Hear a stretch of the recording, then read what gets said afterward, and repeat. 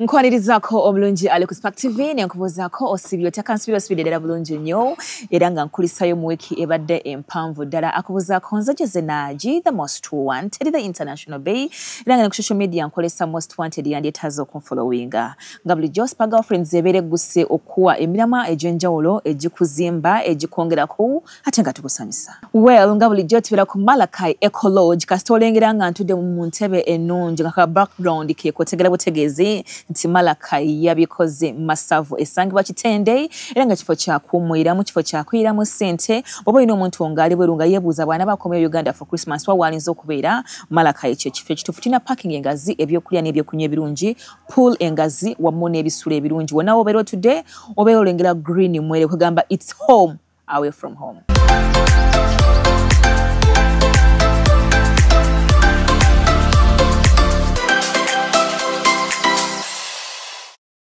Omulimu gwo fogona ko lwaleero gugenda tutambulira nnyo ku nsonga y'obuyonjo abaana abawala ennaku zino temwagala kunaaba muunya naye nga sinagenda mu nsonga ezo nandyagadde benne bakweyanjulireko tusimbule Rose tusanyusa okuba nga tetuli wamu nammwe ebitagenze bulungi okuyita mu wiiki Mukama afaayo. Well, tujjukira nti bwe twakyaza proud side chick omulundi guli eri bantu bangi mwagamba ne omwalo oyo balinga mwe balimu tuli temane mumuzize twamuzizza tumuyina nate era nga naye nandyagadde akweyanjulireko omulabe masavu ate era onyumye n'osukka maada buuza kulaba Spark TV abandaba amanya nga bulijjo Habiba Namubiru proud side chick neyanziza nnyo kubeera nga musaba mukubeewo kitegeza munjagala siri violent you're not at all okujjako ng'olumbiddwa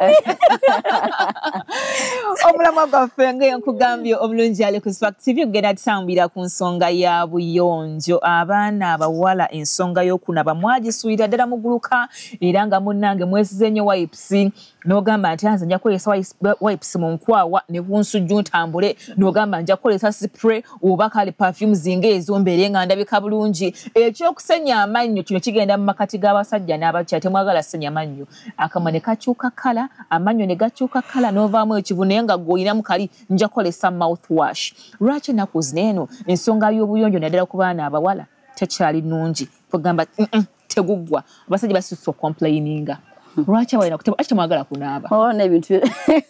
tetwagala kunaaba lwaki temwagala kunaaba waliwo n'emboozi zetudisikasinga kwano ne mpulira nga tuswazibwa nga ffe abawala naye ng'ate tulina okuzoogerako anyway kati omuwala amazima oba tonaaba Mukama Katonda lwaki abaana temwagala just abeera busy just yasize mu bbala just abadde busy nnyo kati neesanga alina kukolesa wipes ate munaye ng'oyagala okulaba nti omuntu tanaaba olabya na ku sikiini ye. Really? Yes, omuntu atanaba olaba skin ye. Bwaba skin ndwadde. Sweetheart, waliwo obulwadde bwa sigira biba byebimu butanaba. Kale ne skin ne webanga ndwadde kitegedeka naye waliwo omuntu gw'otunuulira kati naaze skin therapist. N'otulya omuntu nga skin ya blocking, pores za blocking, yenna ali ddala. Waliwo omuntu omuddugavu oba like buli omu skin tone ye gy'alimu naye ng'olaba omuntu ali ddala ne bwe weesiga ebizigo we tebinoga. Butanaaba obwiraza omuntu atanaaba wabadde wabaza ne banajjogula ebizigo. Osobola omutegeera. Naye omuntu oba omulaba. Okay. And there is no skin treatment gy'osobola okuwa omuntu atanaaba n'emukolako. Tekiriyo. Yadde ng'evira munda. Kata tuba evira munda ejja nerevealinga ku skin yo. Kati ekyo kiba worse even. Because you're treating her from inside, then byo ne bifuluma. Lwaki temwagala kunaaba? Lwaki omuntu yandibadde tayagala kunaaba? Me I think it's engeri abaana gye bakozibwa eno tibaana bamukuliza mu mulembe nga n'omuzali tafuddeyo nnyo okukubiriza mwana kunaaba. Kati nakula nga ali used it okunaaba nze naabako makya n'olweggulo kati nebukula nga la responsibility eri ajja namugamba lwaki tonaaba omwana ono engeri gy'aba akulizibwamu edda abazadde baatuzanga abaana muli omugaso gw'okunaaba titonaaba not because I'm dirty onaaba because of ABC omwana omwana nti omanyi nti nno olina embeera ebaawo olina ebikuvaamu olina okukola biki like naamukubira picture gy'alaga nti olina okubeera omuyonjo kati akaze kajja ne kakusanga toli mu buwulirire n'ogufuula mugano obutanaaba nebyo byoga bye bya wipes omwana agamba kasita nze jja kweyisako ebati ngende after all nze sisweating abaana balina excuse nze situuyana nebyenkwaki situuyana kati nasisanga eyo omutatu okungamba naye kati mwe lwaki munaaba ekiro makya mukeera kulaga like ekiro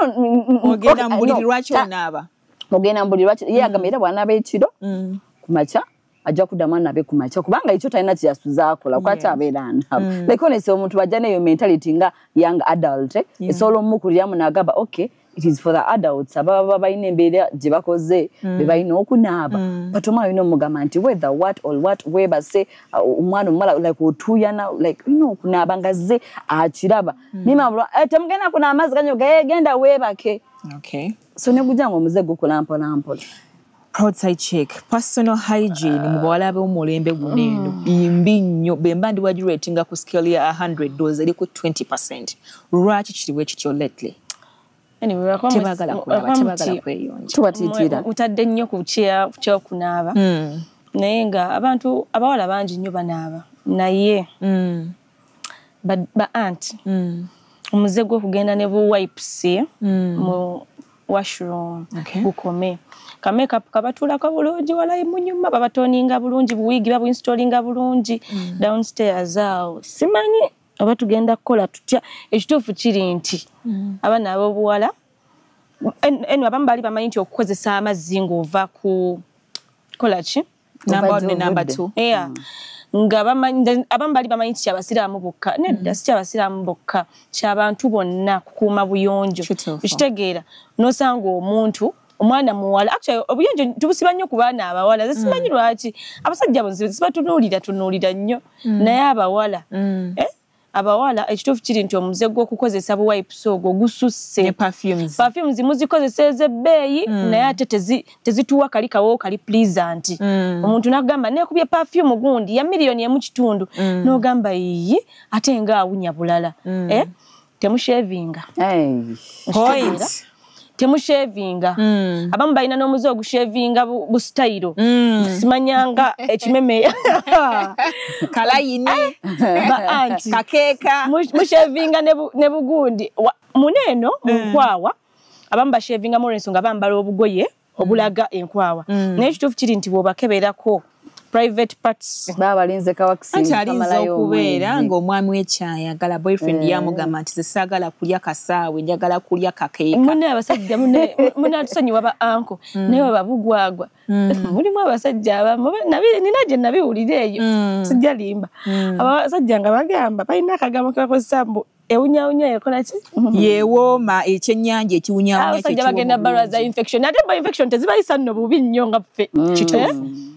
omusajja asobeerawo walayi n'ekigumba kitaba kya bi infection yebe biri fane nga talina buzibu naye the moment he penetrates it in you wogenda otandika okuwulira nti itching sma biki omusajja wakugambira mbu obwo busitayiro obwo bukimeme yabwagala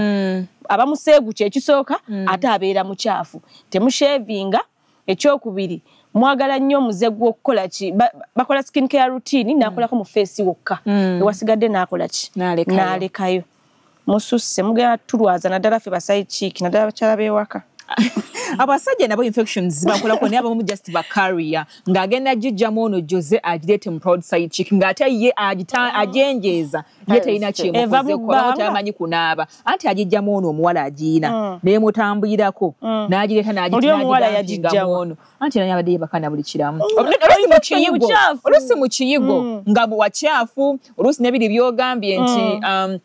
kala abaana abawala ab'ennaku zino balina omukwano gwasinga okwagala bannaye kagenda kungenda keerabira aliwa maama tamuseka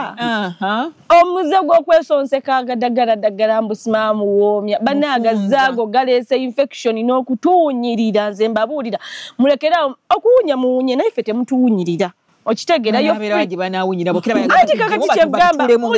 muwunye it's you naye ffe mutusaasire ffe be mutambula nabo ffe be mutuula nabo oba ffe be muyitako nze sisirika nga ndabye omuntu awunya nze sijja balimba ne bwemba sikumanyi n'ompitako nnyabo gye baliko mune nkulumiriddwa nkugamba onvuma naye nga nkoze eki nakikugambye ensonga ezimu naŋŋamba naye naawe olumu osukka oyogera nnyo ebimu byereko ne mugamba mbadde manyi mba nkuyamba nti nze kyendabye ate bwogenda osanga ali maaso baleme kukiraba obe ng'okomye kunza okuswala mulekeraawo okuweeweeta abantu simanyanga kisako je 19 kyenkugamba mugambirewo anti owunyawo oti kino na kino egwe muze gw'okwesonseka agaga ntuntu simanyanga biki Nze mungenda kukola evvundi tundi. Rosie, ina ekibuzo kye nandyagadde okubuuza. Wali weesanzeko mu situation y'okuba nti oli kumpi n'omuntu awunya era wali omugambye oba feeling kijja ofuna ng'oli kumpi n'omuntu avaamu ekiso oba awunya? Okay, personally siri muntu nnyo nkyanya abantu era nze saawa kulaba negamba gundi go oyina ekigwamu ekyakituufu ndwawo by the way like naye kifiringa oba batya nze I believe omuntu otuukira okwewulira nti nno oli wakuwulira nawe oba weewulira nti nno mpunya baba tebeewulira kandi tukijje ne mu kuwunya omuntu waliwo ebintu ebimu byolina okuba nabyo kati mwenga wipes tuli zivumirira nungi omwana omala wandibadde obeera ne wipes ate obeera ne mouth fresheners ate obeera ne chewing gum akakwa that breath oyinza oba omuntu tawunya naye olidde omujanjaalo gwo gutuusa akawungeezi gulina okuwunya mala okulya kayiseemu abatawamu like they don't even know before even tell them lwaki owunya do they know balina kukola buti obutawunya yes omuntu ayinza oba tamanyi nti nno omwana omuwala busabye bukubeeremu just in case weesimuleko omaze okulya wadde olisiza ffe weesimuleko kati kizibu nnyo kati wala no toothpaste ne toothbrush akatono buli potable ne mukasawo kange omukajjaamu n'okateeka muno oyitako wali eri ne weetereza n'omwana omuwala abeera munde like people really don't know omuwala ensawo yalina kubeera muki naye esanga ebintu ebimu agayadde nze wipes omuwala yandikozesezza nga amazzi ago agagjeemu like si once but now olikosa oba mu face oba wa because kidamaging the skin yokosa wipe direct to your face yes kidamaging skin yo naye omuntu yanditegedde nkoze ntya obutawunya abaana abamu baswetinga anda amzibiki nenga tamanyi nkozi ayinza oba shaving buli kimu nenga just atuyana bakozese nnimu tebagula deodorant ntumazeko akati waliwo omuntu ng'ojja mugamba olaba olinagamba nedda olaba ekitofu kiri nti nze ntuyana nyatebu yentuyana nvaamu akasu like nga tamanyi nina kukola ki so let's sensitize these people out there amusemberedde ng'olina kyomanyi nti wadde kale otuyana naye okozesako kaneeno kakuyambako kineeno kituufu abaana bawala ennaku zino omususse nnyo okuwunya era nga nze kinjagala kituufu n'abalenzi basusse okuwunya naye eri abaana abawala simanyi oba kunaba kwemuta muntu ngwaggwa omuntu omanyi kunaaba obanga bw'otuuka mu kiyuga amazzi weeyiramu eyire tulina patis omuntu z'olina okuba nga oba otuusemu ozinaaba teekawo amaanyi teekawo ebiseera teekawo obudde ekyangu ekiteekemu sabbuuni anoge onaabe otukule Jose wangi mukyali ku bantu kubaga abantu abamu by the way banaaba era bakozesa amazzi naye ate abamu tebamanyi nti balina n'okulaba abasawo kati mulimu omuntu omunga yegezaako okweyonja nga alina kabootongo nga yemuviisa abamu bavaamu ensula akabootongo abamu n'abeera nga brushinga every after meal naye nga ekintu ekyo kimuva mu lubuto ng'olina osooka n'olaba omusawo abalala n'agamba bannayenze ngenda mu toilet n'amazzi biki naye ng'olina osooka n'olaba gynecologist n'akebeera oba ki oba oli bulungi okitegeera awo wanyino tugenda okutandikira nga tuvudde mu kuwummula mu ko tukyagendera maaso n'ensonga y'obuyonjo eri abaana abawala nabo bulenzi katuwummule mu ko tukomawo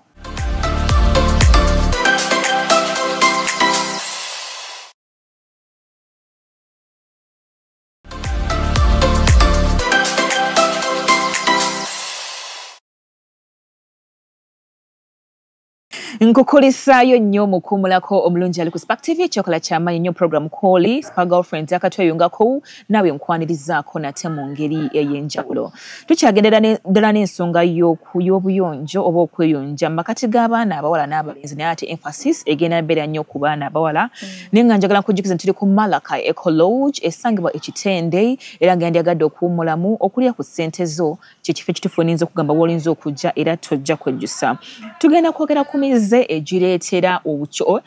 obukyafu bunene okubanga abaana abawala bakyafu oba okubanga obuyonjo babutudde mu ggulu kwa ebiseera ebisinga era nga nze ngenda natandika ne points ezigamba nti abaana abawala abasinga tebakyamina okwegatta okusukkirira nako si kulungi lwansonga buli musajja ayina bannange nkyogere ntya yekineno buli musajja kyakulekamu China egundi yakyo yanjawulo buli omu alina oda ye yes so bw'oweeka nga ng'obeera n'abasajja ab'enjawulo kigenda kuviiramu ogusungu olaba onaaba naye ng'ate ekiri wansi kyetokota si kisaanikire mpozi n'ekintu ekirala kye nninza ogambayo ku nsonga y'akamwa abantu bamu balowooza mbuno olina kusenya nga tonnalya naye ng'ate amakulu gandibadde nti senya ngoma olwadde mbosenya n'olya n'oddamu n'osenya naye nga amakulu agandi making sense ga kusenya ng'omaliriza okulya lwansonga bw'ogamba kati ngenda sooka nsenye ndye then obeera oyozezza n'oteeka mu ttaka baleetera ekintu kiwulika bubi nga muntu awonya kamwa lwansonga era kyekintu ekyasinza okubeera ekizibu ekyokwagala okugamba omuntu nti gundi owonya akamwa kubanga bw'abeera ayogera naye gwe ofa kivundu in fact ne by'abeera akugamba biba bisobola okuyitako lwansonga you're very uncomfortable kati mwana abantu nga wawira ekiso ekisuse n'omuntu gulinzo omuluma kyokka tosirika oyogera olinganga endegeya tomanyi kizibu kyo kyolina so mwenna abasajja n'abakyala abaliyo manya nti no breath yo emataringa nnyo nnyini ddala tuba mu public spaces omuli abantu abalala tubeera nsonga lwaki omuntu mulala ali uncomfortable mu environment mwali olwokubanga gwe munaye owunya ovaamu ekivundu oba akamwa ko breath si nnungi nendegadde mumpa ensonga ez'enjawulo ze mulowooza nga natandika naye producer chick ezireetedde abaana abawala okubeera nga bakyafu b'okubanga bawunya mu ngeri ng'ezo baddamu empale z'omunda abo abawala balina omuzeeyi bagenda kwawe batambula n'empale emu n'agyambala jjo n'agiddamu ne leero okitegeera ebyo ebintu nabo bibaleetera okuwunya n'omuze gw'okugenda mu washroom oba omaliriza okukola kyoba ki n'okozesa amazzi yes n'otawayipinga olaba ago amazzi n'otesiimuulako mazzi ago buli bw'oyambala nnikayo gatojja mu nnika ne galeeta kyekivundu ekitanyuma kuwuliriza okitegeera then omuze omulala okubeera nga ekyokwegattagatta eno kyayogeddeko it's not healthy okubeera nga okyusakyusa abasajja beera n'omusajja omu bwe kiba beera with one married man by the omusajja omufumbo omu manti munaye bamanyi ogaba side chick tebawula side chick na prostitute side chick obeera n'omusajja omu tolina nsonga ekubuusabuuse one married man. Alright. Rosie, ensonga ki ez'enjawulo z'olinza okuwa omuwala oba omukyala ali ku Spark TV ebiviirako omukyala ali ategee nti iwe naakola kino eno kiyinza okunviiramu okuwonya ogusu?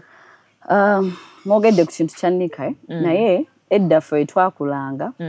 twabiranga mu bisaakaate nga binene omwana omulala bagamba empale yo erina okulabako kasana kasiteba nga ya cotton era omulembe guno eno abantu baadoptinze n'okuayaninga egundi ezo so since you cannot tosobola kuteeka Nikayo kati wabweru bweba ya cotton tekiri mu stand ogisaakawo kapaasi ogisaawo kapaasi kubanga mulimu bu bacterias ogenda kuddamu oddemu obwambale the other thing is you have to dispose of your pants at least ekinene nnyo nga gwe bannange bakutenda nti banaye okwekkereza myezi 5 naye omwana omuwala yandikyusiza nga nikaze every after 2 months nti ojambadde yes akasanvu kaba kawidde ate bawule ne nikaze bakozesa nga bali mu periods ne bize bakozesa nga definitely kituufu by the way okuba nti nno maintenance y'abakyala olumu egaana engeri gye twagalamu nti nno bunaffe bwe twagala olumu tebuba bwangu bafuna but I think the best part should inakuba cotton zine mpale zitusala nekusala like dutwesanga ne bwoba ojozeza tasaa kugambe nti selecting empale kijolina okwambala ngono bayogedde ojambaliddewa empale zo tozambala zifiira kunambala empale mwaka mulamba the other thing omuwala fa bakazi twesiga ebizigo osanga omukazi nga yeerusa n'okweyerusa so omukyala nga ali mu mbeera nti ebizigo byo byokozesa nze nga atabula ebizigo nze mmayimbe tuteeka mu bizigo omuntu alibadde ascrubbingako omubiri gwe at least ng'omukyala emirundi ekitone ennyo ebiri mu wiiki kubanga scrub ejjako dead skin openinga pores z'omuntu tiba weesiga ebizigo buli wootuuyana kidda ku gwe buli weekuuta bwe bati kiba kiwedde tosobola kujjako ko kati bwe scrubbinga ojjako that dead skin ne pores okubanga ziri open so buli wooswetinga ojjamu buli obukyafu bukulimu n'onaba bulungi nnyo n'obeera fresh again kyovudde tulina ffe tulina cleansing ze twadvising omuntu akozesa bleaching products oba bleaching waliwo certain cleansers zolina okukozesa ng'omukyala kankubuli ekintu ekijjako leyayo ekikyusa skin yo from inside oba from outside kikola kito era bagamba abakazi abeerusa bawunya kubanga gye bagula n'ebizigo tebabannyonnyola nti omukazi kituufu ebizigo yamwe mu bikozese bwobanga kyoyagala tekirina buzibu nange mbitunda but omuntu alina okulaba n'ategeera nti gwe weesize kino after care like omuntu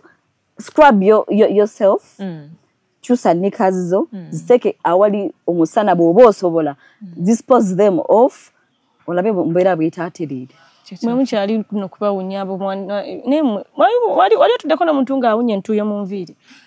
nali ntuddeko naye and it's very disturbing bambala wigi nakyusa wigi ayina envi naye nga wojjako wigi eyo bulungi nnyo bwoti ekiri mu nviiri omwo tugenda kubatandikira ku nviiri paka ku bukongole n'ezenjala ezirimu ebicaafu leero ngenda bibagamba nze bagambe banaye enviiri zammwe kati nze ngenda kubeera bold kuba tubaweeweta ne tubaga bambi mweyo temukyusa kati nze ngenda kubagamba bwe nti muunya atyo okitegedde muunya ate mususse ate omwaka guggwako ne luliwe mutwe mwali n'ogujja abawunya tetugenda nammwe mwaka gujja enviiri mutandikire ku nviiri wemba mukola skin care routine mu face bane n'enviiri ezo waliyo ku bintu ebikola mu nviiri sekyo simanzi siramu z'enviiri bushampo n'abako mu nviiri abantu batandikira no kubibagabega okunaaba naye n'enviiri penso wa myezi na dreads za myezi waliwo okusiba penso ne dreads waliwo okubirwisaayo nti kasente naye binaabe mukko bannaye munaabe mu nviiri okitegeera munaaba mu maaso muyiwamu buyiyi mazzi obujonjo butulabikira bubi baddiya ebyo ebintu ebyo bibeera ku bikowekoowe naddala ffe abateekako obukowekoowe temumanyi kuyonja buntu obwo munaabe bulungi mu maaso weewo actually omuntu atamanyi kweyonja abeera teyeeyagala because love etandikira ku ggwe ng'omuntu tolina ngeri ngamba nti omuntu omukyafu alina love ku bantu abalala you don't love yourself kitegeera amatu banaye muine ebintu bya black and matter nali mayiba abantu balina ebiyenje mu matu wax nakira n'okukira n'abembera ngo mubisi gw'enjuki banaye nze nali mayiba ine ebiyenje mu matu osanga omuntu ng'akutte emmembe eringa mpafu muneeno noga anti ng'akutte ebintu mu nnyindo waliwo abawala bawunya ekibobe ekibobe nga ky'abaana bato mukwano bino ebintu by'okulwala ssenyiga bakitaba mucus n'omutereka nga tonyiza n'ovunda akawanga oba ekiwanga muwunya nze ngenda kubajja waggulu paka wansi leero kubanga kibaweeweeta kimala muwunya egundi ekibobe ekyo kirwadde okitegeera bannaye bw'obeera n'essenyiga simanyanga bikiraninozi bikyebyo byonna allergies mubeere n'obutambaala bannaye kava z'amasimu muzikyusa bulashes mukola appointment naye obutambaala bwalayisi okitegeera mubeere n'obutambaala mulekeraawo okwesokoola ebyala byammwe mu nnyindo nga tubalaba okitegeera n'alya n'okulya abamu babirya gwewetegeze biwala ebibeera bibeera birya mucus nze mbabuulira babuyita batya bugirigimba bukaka obwo bwennyini bw'oyogedde omwana omulungi omwana omuwala n'olya ebinyina kale muswaza mulya obwo obuntu bw'omu nnyindo then abalala mbajjira wansi waggulu paka wansi mwaguba muyinekko mu nsingo anti kale muyinekko mu nsingo aba muyina oluwumu mutugamba bathmark naye mukwano tubimanyi basomere labisa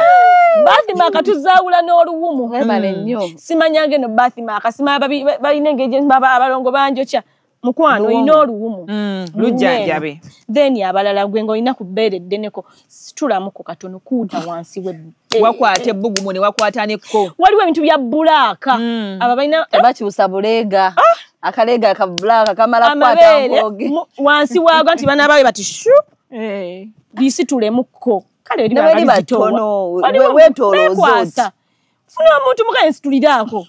kuuta wansi w'amabeere jangu mpola mpola okitegedde mu bisambi muneeno mukuutemu bannaye mukwata ne abaana abawala bamyuse muneeno naye muneeno mukuute n'emmeeme ekudda okitegeera then enjala muno mu njala muneeno akundi mbadde ndyerabidde bannaye muwumula amakundi mulabika bulungi ne mu flat tami naye muwunya amakundi anti lwansonga babbaaba balina bye bayiwamu oluvannyuma lw'egundi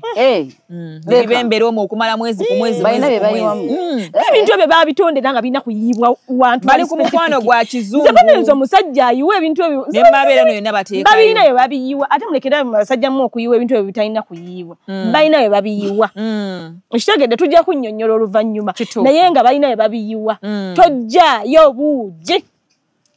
obuugi babiyiwa mu kikopo si ku sowaani oteeseza maama okitegedde so enjala bana abakola enjala gwe nojjako enjala n'ogenda neoteekako endala nga tosose kuyonja njala muli okitegeera n'abalina amakudde just nga goluto lwebakamu alusitula kuute wonna kuutamu baneweewo wagambe embuto nzisala musale embuto okitegeera mwewo olumba Amerika mumanya abakyala abali ku sipaka abalina encaca n'abakyala abalina encaca abawunya ebigere nga buli wambale nga teziri closed ogenda okuzijjamu ng'olinga emmese efudde bannaaye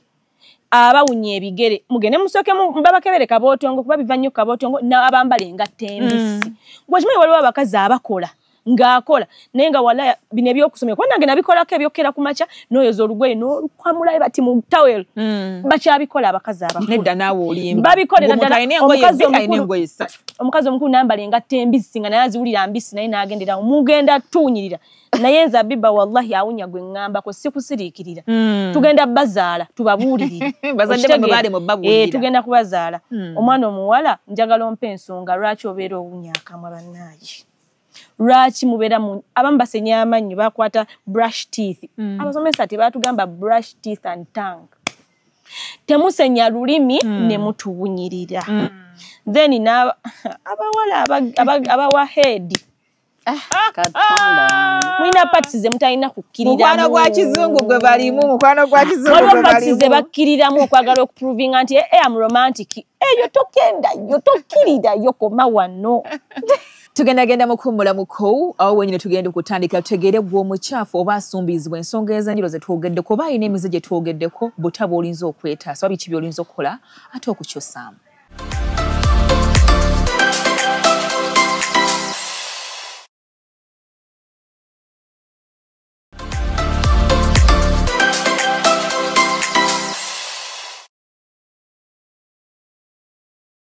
nkukulisaayo nnyo mukummulako kyemmanyi sho ekunyumidde naye nga tukyagendera ddala maaso Malakai Ecolodge wetwasinzidde olunaku olwayo nga tukusuusaako puroguramu yaffe era ng'omulama guli ku nsonga ya buyonja abaana abawala n'abaana abalenzi munaye ekikulu nnyo okubeera nga mweyonja ngenda tandika nga mbagamba nti biki omwana omuwala oba omulenzi byalinza okukola okukyusa mu mbeera ezo zetwogeddeko era nga ngenda tandika ne points zange zino wamanga then namwe mutuwa submission zammwe mwongeremu oba endala omwana omuwala ali nze ngamba nti simanyi waliwo weddeko ku pantliners niba toziwulirangako kyandibadde kyamakulu ozinoonyeeko buli nika gy'obeera ogenda okwambala ogiteekako pantliner kiyamba gwe lwa nsonga nti singa obeera woosibozo ng'oyenjera eno left right center obukyafu bwe tebugenda direct ku nnikayo era otuukaka nga bw'ojjako pad bw'ojjako ne pantline eyo nekirala ekuyamba okuabsorvinga liquid eyo bw'eba egenda nga bw'olenga nti bw'oba oyambadde pad neeba nga kyotegedde kigenda ku paadi kigenze ku paadi tewabeerawo kibeerawo kikyamu kyokka ate bugenda ku nnika ekivundu kiyitirira so mwemanyiza okwambala pantliners baddiya mpozi n'ekirala mwemanyiza okushevinga nga Habiba bwe yayogedde ebintu ebiseera ebisinga ebireetera abantu abamu okuwunya enkwawa ekutte enkwawa newunyanga katungulu ka katungulu ccumu kyokka ate neetuuka n'okusala emmembe bw'esala nereeta brown kiva ku kyakuba tewagala kukola kikushevinga so mwege okushevinga baswiti mugera kuba points zammwe ez'enjawulo ku biki omwana omuwala beyandikoze okuba nga akyusa mu mbeera ezo ezituteeka mu bukyafu anyway just bayige kweyonja ate si kweyonja mibiri gyokka kuba bangi mu kkubo batukula naye ng'ewaka gye bava obuliri bwasulamu yasemba okulwala periodi gukyaliko omusaayi akyasulamu ebintu ewaka gwe neomala ogamba nti kati kwekweta buli osire queen oyingireko mu apartment ye abamu balina n'envunyu mu sinki nze nkubuulira ebintu apanga mu bipangaati balina be bakubira jangu onjerezeeko ebintu n'amuwa nga bya wiiki byonna ataddewo naye muyige kweyonja because kati kwamala kafaananyi olina omusajja muli muziro maasa kuba kiisi biki akirira mu nsingo ng'olina omunnyo otuŋŋununa bano bannazze naabe balina ogw'omuze bannange Rosie, njagala otuweyo ensonga emu bbiri z'olowooza mwana omwana z'alinza okukyusaamu. Wayinza okukyusaamu naye ate abalenzi abo bo tubeesonyiye nabo boogereko it's okay oba olina points ez'okugamba omulenzi zoogereko abaana b'obulenzi nabo tuboogereko kuba abaana b'obulenzi balina kino mbu ye omusajja tanaaba omusajja alina kunaaba nkeera omusajja alina kukola bwe kiti omusajja sisuubirayo saazi okulaba ku mulembe guno omusajja tali circumcised edda twakitwalanga nti kyabasiraamu mirundi mingi osobola okubeera n'omusajja ng'amazzi ge because study circumstances bichimu kibeera omu nga ne bwoliba weeyonjo otya nga yajja n'agakuteekamu toliwona olwo owunya enzo basina infection ng'omuwunya yes notambula ng'owunya omusajja ng'ona because every time obeera naye yes nga bw'obeera naye jjukira ye buli kimu kitapinga n'akiteeka mu ggwe ng'owunya omusajja nga ne boona bosooga era nga n'omusajja akimanyi nti olina omumuwunya waawulyayo akawoowo akalala ajja gamba kano kawoowo ka gundi kano si kange nga ye because buli muntu alina that nakyogundi egyo alina okubeera naye naye nga ye ph ye ate bwana sijja genayo mu lusawo because tulina kati eyo tuveeyo naye ng'omusajja atali mutayirire mazima ddala okyakola kino omwana w'omuntu tebaakunnyonnyola ku benefits zaakutayirirwa n'obeera ngo abantu asobola n'okisinga omuntu n'amuwunya nga bw'otambula n'okulaba owunya amalusu g'oyo yes because wali okisinzeeko omuntu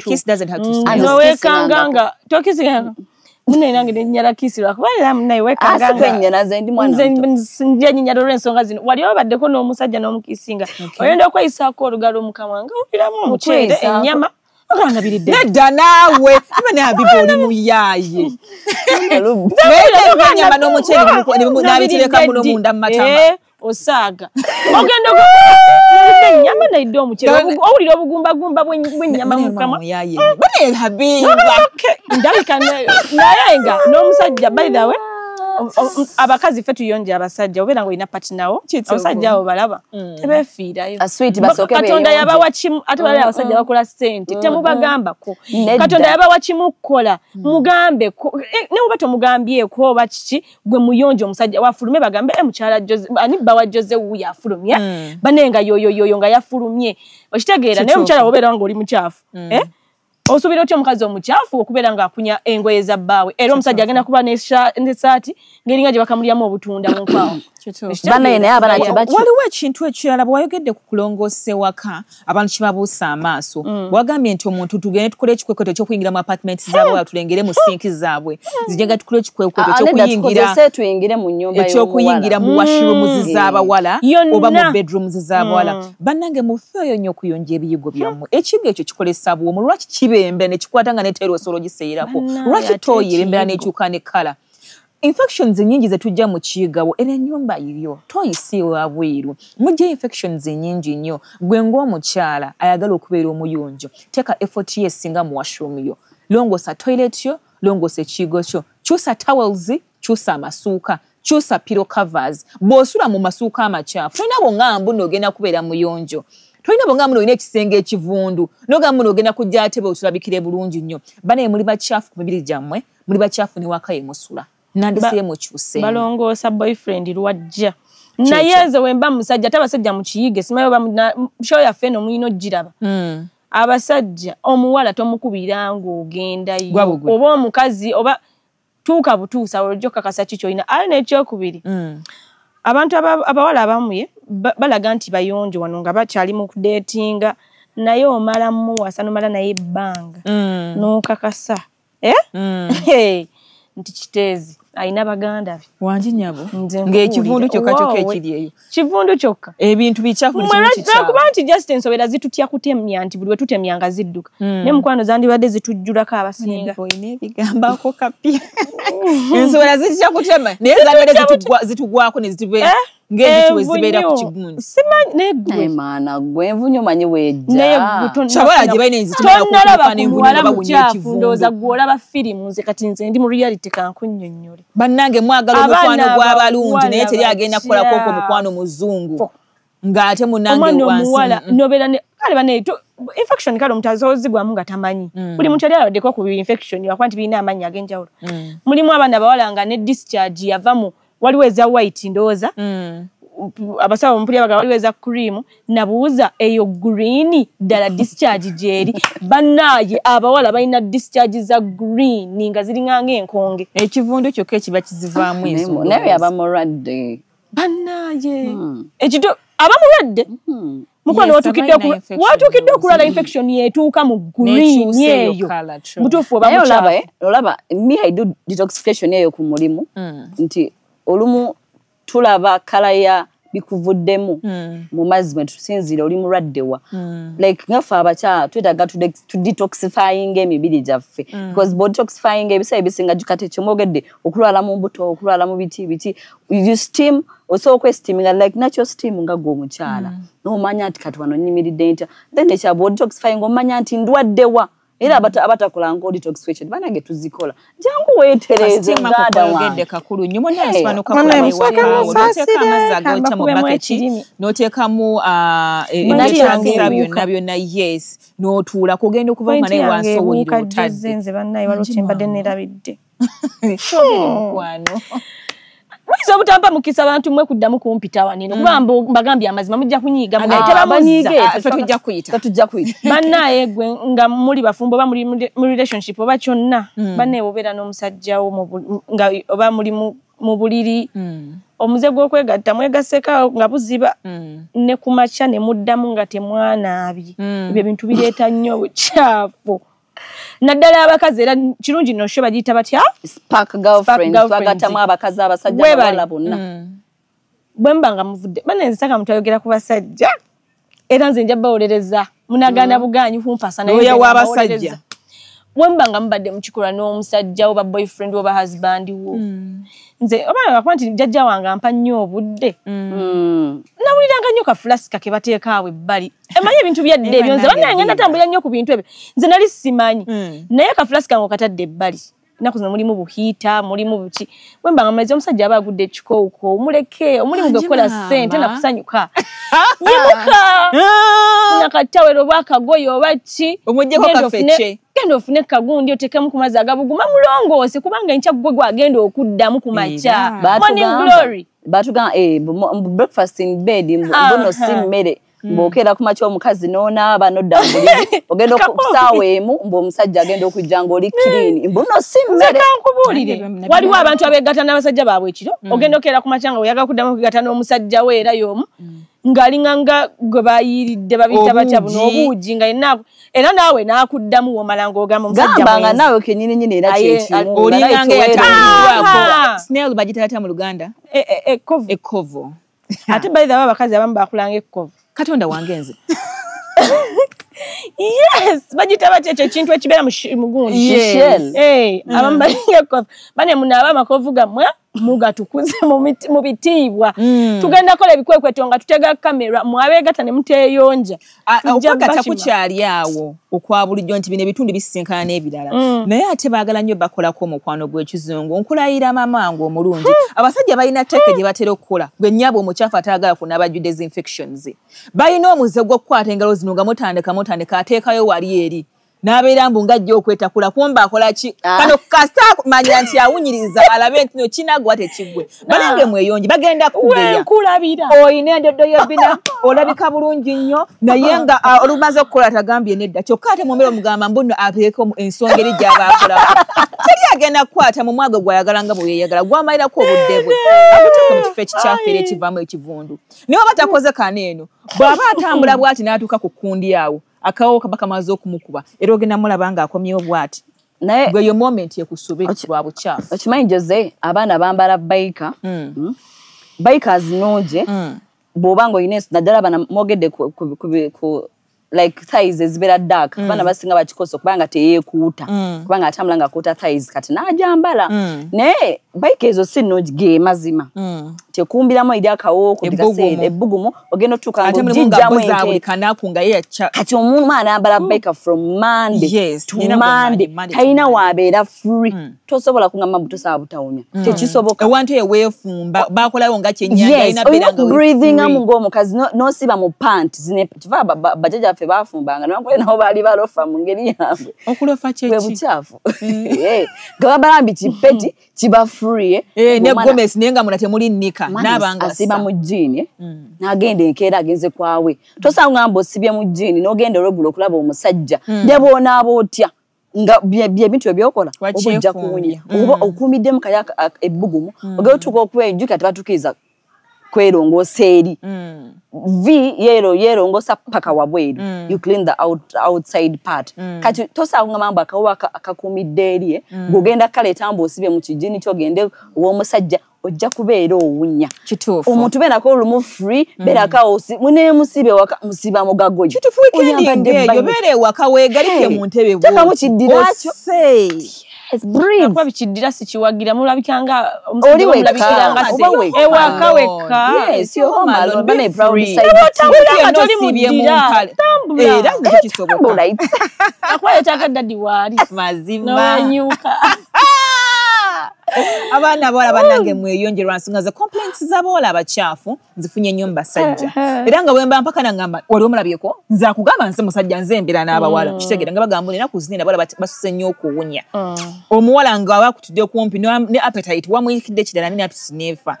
ng'avaamu ekisu naye nze mbagambye ensonga z'oko bakana basajja ab'enjawulo bamada muziveeko bannange ogenda kuvaamu ekintu ekyo olifa teweerabidde ekivundu no buchafu ngo butadde bali mu bachita batya bagaziwa bachita batya bantu abera mu room biba waliwo omuvubuka eyanyumizaako nti yafunako omuwala nga bali mu room bagenze mu kunyumirwa okwo okwa kintu ekikulu naye just ono kutandika omuntu nga bw'ono omukwatakwatako mubeko emugira alufu n'ayimuka bagenda otandika ekikolwa kwa mugenda okuva mu room mu kisenge wamudde mu ddiiro ng'ekisenge kyo ina kidamu kiyingira nche nga kikutte ekivundu lwansonga omuwala obadde oleka ebikyawo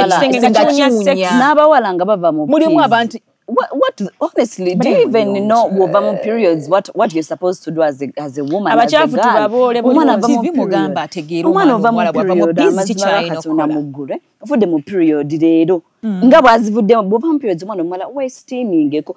like togena before bili public nefuna akabake tuonga kako nga gwomuwala